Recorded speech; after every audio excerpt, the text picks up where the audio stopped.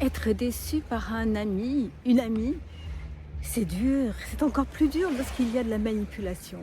Je ne sais pas vous, mais bon, j'ai eu quelques histoires comme ça. Je parle pas de relations plus ou moins mondaines, enfin, je parle d'amis, de ceux que l'on croyait vraiment fidèles, vrais, et qui avaient beaucoup d'amour, désintéressé pour vous. Voilà, ça c'est le deuxième épisode des déceptions amicales. Donc il y a la manipulation en amitié, puis la manipulation avec des gens qui nous sont plus proches. Non, pareil, comme des amis.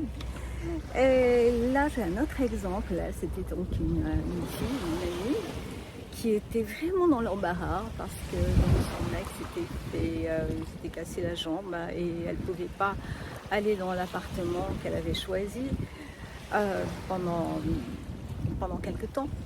Et donc je lui propose de venir chez moi. Puis après je lui propose un appartement que j'avais, c'est-à-dire qu'au lieu de louer, je lui ai proposé cet appartement. Bien contente parce que sinon si elle était allée à l'hôtel, ça allait lui coûter vraiment les yeux de la tête. Eh bien elle m'a dit merci, oui certes elle m'a dit merci, mais après c'était comme un dû.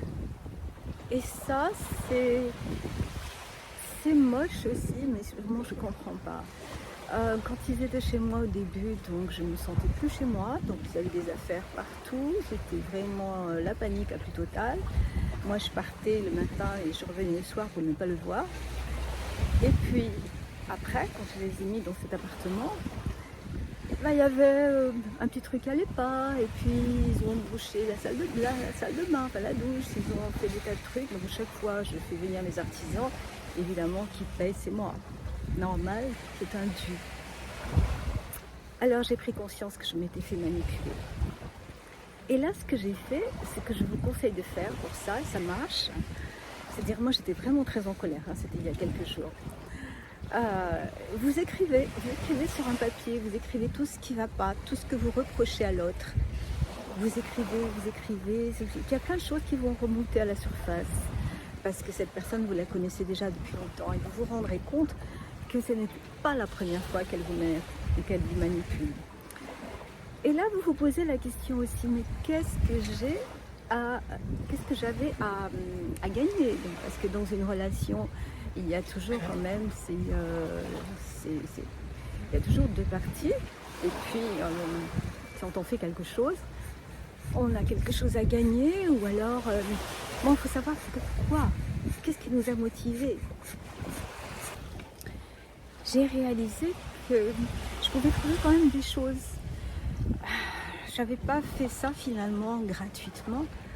En fait, je me suis rendu compte que j'avais envie et j'étais toujours passée pour la gentille ou celle qui aidait, la généreuse. Et donc j'avais envie de continuer sur cette image-là.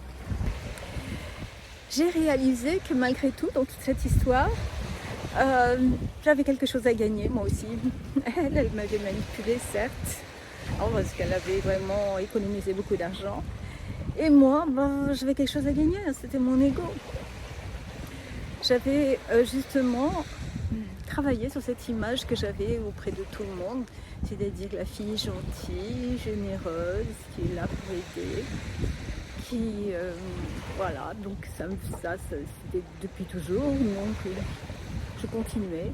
Finalement, quand j'ai réalisé ça, je me suis dit, bon, voilà, ça ne m'arrivera plus, en tout cas, beaucoup moins. Voilà, il y a toujours une leçon à tirer d'une expérience difficile ou une expérience décevante.